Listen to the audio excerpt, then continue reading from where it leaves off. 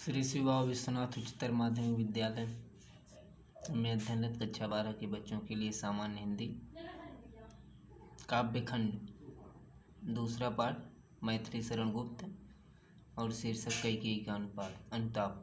इसके पहले आपने कैकेयी के अनुताप में आखिरी पढ़ा था कि उसके आशे की थाह मिलेगी किसको, जन कर जननी न जान पाई जिसको। अब इसके आगे हम पढ़ेंगे। यह सच है तो अब लौट चलो तुम घर को, चौंके सब सुनकर अटल कैकेयी स्वर को।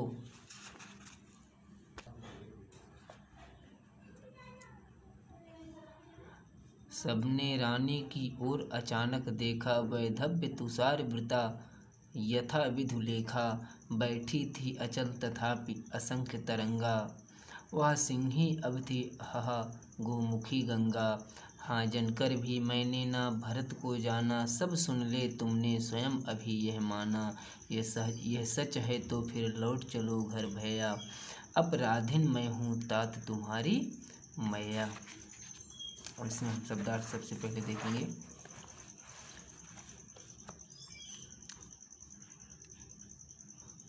अटल मन यानी जो स्थिर रहे, अडिग रहे। स्वर माने आवाज।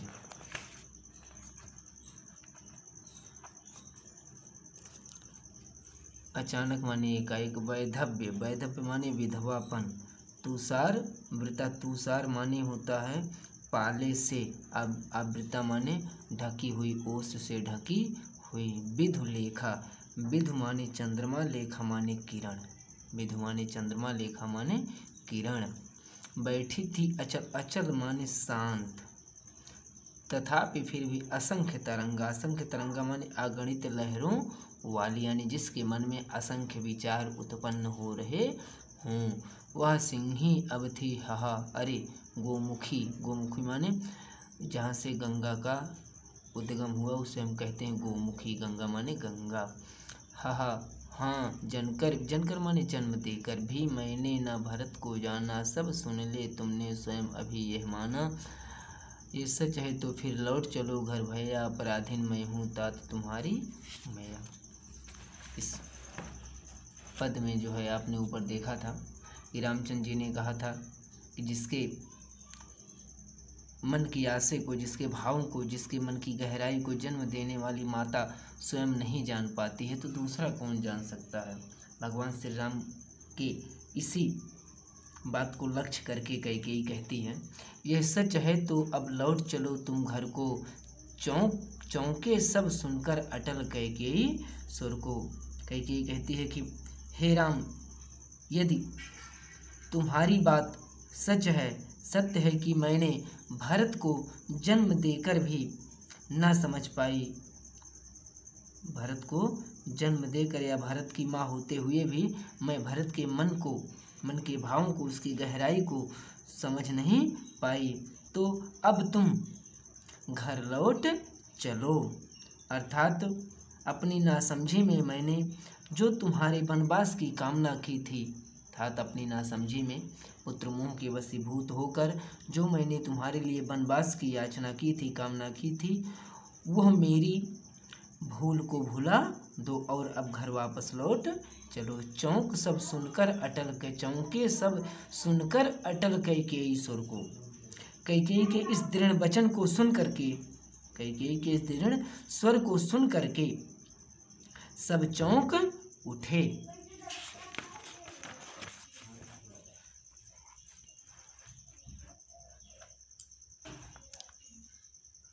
सबने रानी की ओर अचानक देखा, वैधव्य तुषार वृता यथा विधु लेखा। और सब अचानक रानी कैकेयी की ओर अपलक दृष्टि से देखने लगे।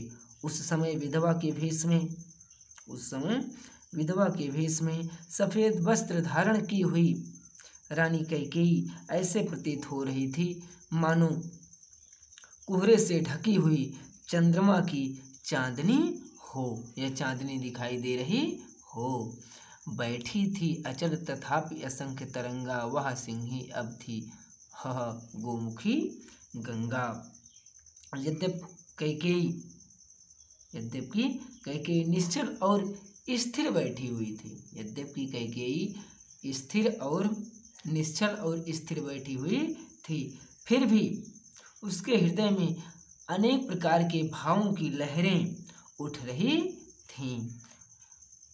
वह सिंही अब थी हाहा गोमुखी गंगा। सिंहनी जैसा रूप धारण करने वाली कैकेयी अब गोमुखी गंगा की तरह से शांत और शीतल तथा पवित्र हो उठी थी, अर्थात उसके मुख से गंगा जल के समान कल्याणकारी और मधुर शब्द निकल रहे थे। हाँ जनकर भी मैंने ना भरत को जाना, सब सुन ले तुमने स्वयं अभी यह माना। कैकेयी ने राम से कहा कि यह सत्य है कि भरत को जन्म देकर मैं भरत को समझ नहीं पाई, भरत को मैं पहचान नहीं पाई, और मैंने तुम्हें वन भेजने में उसका कोई हाथ, जन्म देकर भी उसे समझ न पाई, पहचान न पाई। सब सुन लें, सभी यहाँ सभा में बैठे हुए सभी लोग, सभी व्यक्ति मेरी इस बात को सुन लें, तुमने स्वयं अभी यह माना। हे राम, राम ने भी कहती है कि हे राम, तुमने भी अभी अभी इस बात को स्वीकार कर लिया है, मान लिया है। यह सच है तो फिर लौट चलो घर भैया, अपराधीन मैं हूँ तात तुम्हारी मैया। हे राम, यदि यह बात सत्य है कि भरत को जन्म देकर भी मैं भरत को पहचान नहीं पाई और तुम्हें वन भेजने में उसका कोई हाथ नहीं है, मेरे अपराधों की सजा भरत को क्यों देते हो? तुम्हें वन भेजने में तो वास्तविक अपराधिनी मैं हूँ, अर्थात तुम्हारी माता है, इसलिए दंड की भागी भी मैं ही हूँ, इसलिए तुम मुझे चाहे जो दंड दो। हे राम, तुम मुझे चाहे जो दंड दो, मुझे वह दंड स्वीकार है, किंतु हे पुत्र तुम घर लौट चलो। यदि तुम ऐसा नहीं करोगे तो यह भरत के लिए दंड स्वरूप होगा। यह कौन सा न्याय है कि अपराध मैं करूं और उसका दंड और कोई भोगे? अर्थात कैकेयी के शब्द संक्षेप में हम देखेंगे। कैकेयी यह कहना चाहती है अंतिम दो पंक्तियों में कि जो तुमने मान लिया कि मैंने कैकेयी को जन्म देकर भी उसे न समझ पाई, और उसी के कारण भरत को राज्य देने के कारण ही कि मेरे पुत्र भरत को राज्य मिले, इसी लालसा से मैंने तुम्हें वन भेज दिया। और तुम यह जानते हो कि तुम्हें वन भेजने में, हे राम, तुम यह जानते हो कि तुम्हें वन भेजने में भरत का कोई हाथ नहीं है, भरत का कोई हाथ नहीं है। तो अपराधी तो वो तुम्हारी वास्तविक अपराधिनी तो मैं हूँ, भरत नहीं है, इसलिए तुम मुझे चाहे जो दंड दो मुझे स्वीकार है, लेकिन तुम घर वापस लौट चलो, क्योंकि अपराध तो मैंने किया है, लेकिन यदि उसका दंड भरत को मिलेगा तो यह उचित, न्याय की दृष्टि से यह उचित नहीं होगा। हम इसमें काव्य सौंदर्य के तत्व देखेंगे। आप जानते हैं भाषा शुद्ध साहित्यिक खड़ी बोली है, प्रबंधात्मक शैली है, अलंकार उत्प्रेक्षा उपमा और रूपक है, मानो मन मानो जन जानो, आप जानते हैं, शांत रस है, लक्षणा शब्द शक्ति है, प्रासाद गुण और सवैया छंद है। अगला पद, दुर्बलता का ही चिन्ह विशेष शपथ है, पर अबला जन के लिए कौन सा पथ है। यदि मैं उकसाई गई भरत से हूँ, तो पति समान ही स्वयं पुत्र भी खोऊं। ठहरो मत रोको मुझे, कहूँ सो सुन लो, पाओ यदि उसमें सार उसे सब चुन लो। करके पहाड़ सा पाप मौन रह जाऊं, राई भर भी अनुताप न करने पाऊं। थी सन छत्र सस निशा ओस टपकाती, रोती थी नीरो सभा हृदय थपकाती। उल्का सी रानी दिशा दीप्त करती थी, सब में भय विस्मय और खेद भरती थी। क्या कर सकती थी मरी मंथरा दासी, मेरा ही मन रह सका ना निज विश्वासी। इस पद में जो है राम और भरत के परिसंवाद को सुनकर कैकेयी ने जो है अपनी भूल को स्वीकार करते हुए कहा है। पहले हम शब्दार्थ देख लेंगे। दुर्बलता माने कमजोरी का, चिन्ह माने निशान चिन्ह, विशेष माने विशेषकर, शपथ माने कसम खाना। अबला जन कैकेयी यहाँ अपने आप को अबला कह रही है।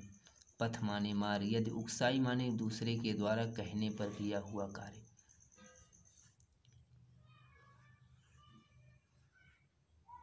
सार से तात्पर्य है गूढ़ तत्व, गूढ़ रहस्य।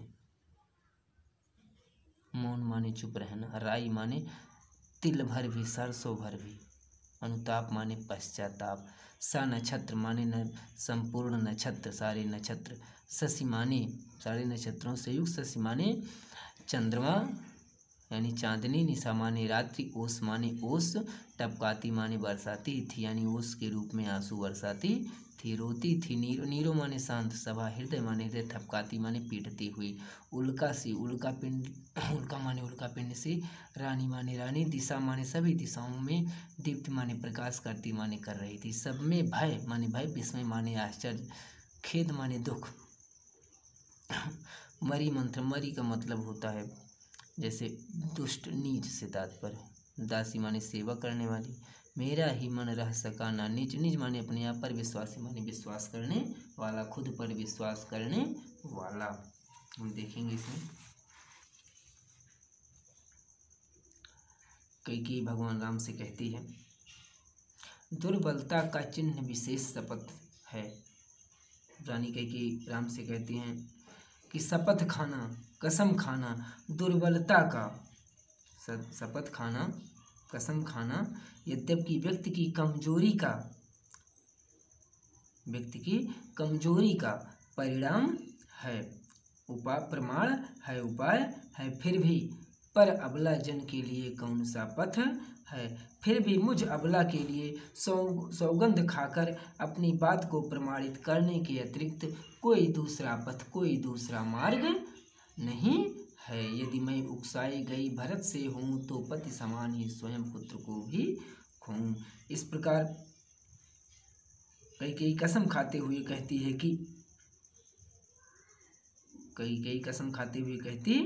कि वास्तविकता यह है कि इस कार्य के लिए यदि मुझे भरत ने उकसाया हो, अर्थात यह कार्य करने के लिए यदि भरत ने मुझसे कहा हो, तो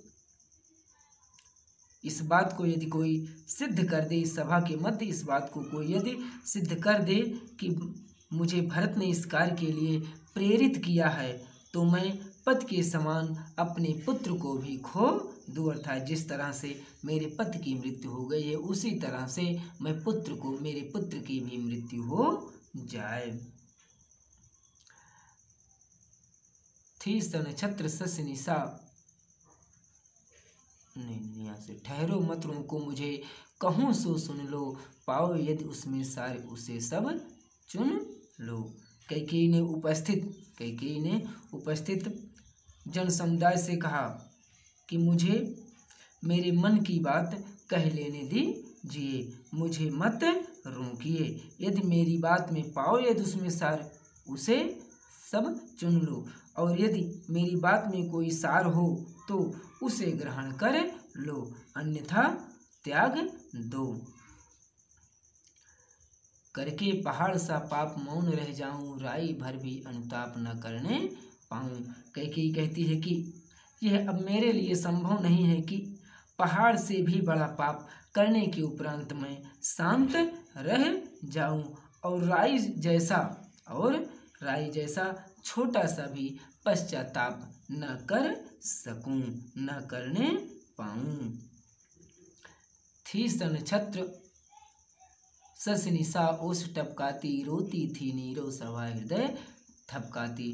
जिस समय रानी कैकेयी अपने द्वारा किए गए दुष्टतापूर्ण कर्मों का पश्चाताप कर रही थी, उस समय तारों से जड़ी हुई, नक्षत्र माने तारों से जड़ी हुई चांदनी रात ओस के कणों के रूप में अश्रुओं की वर्षा कर रही थी और रोती थी नीरो सभा, हृदय थपकाती।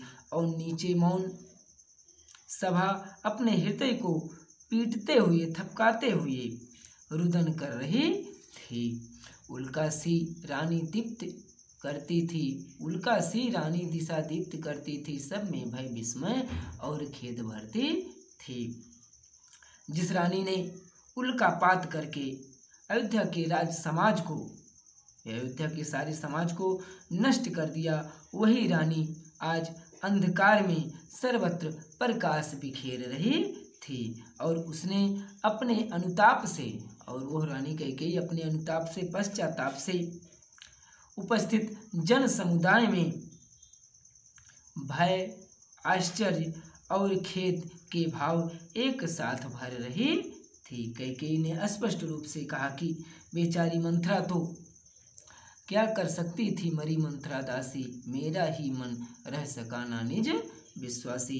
कैकेयी ने तो स्पष्ट रूप से कहा कि बेचारी मंथरा दासी तो एक साधारण सी दासी थी, उसके पास इतना बल कहाँ, उसके पास इतना बल कहाँ कि वह मेरे मन को, उसके मन को बदल सकती। वास्तव में उसका मन अर्थात कैकेयी का मन ही अविश्वासी हो गया था, डगमगा गया था। इसलिए उसने ऐसा दुष्कार्य, ऐसा निकृष्ट कार्य किया। अब हम इसमें काव्य सौंदर्य के तत्व देखेंगे। भाषा आप जानते हैं, पूरे पाठ में पूरे शीर्षक हैं।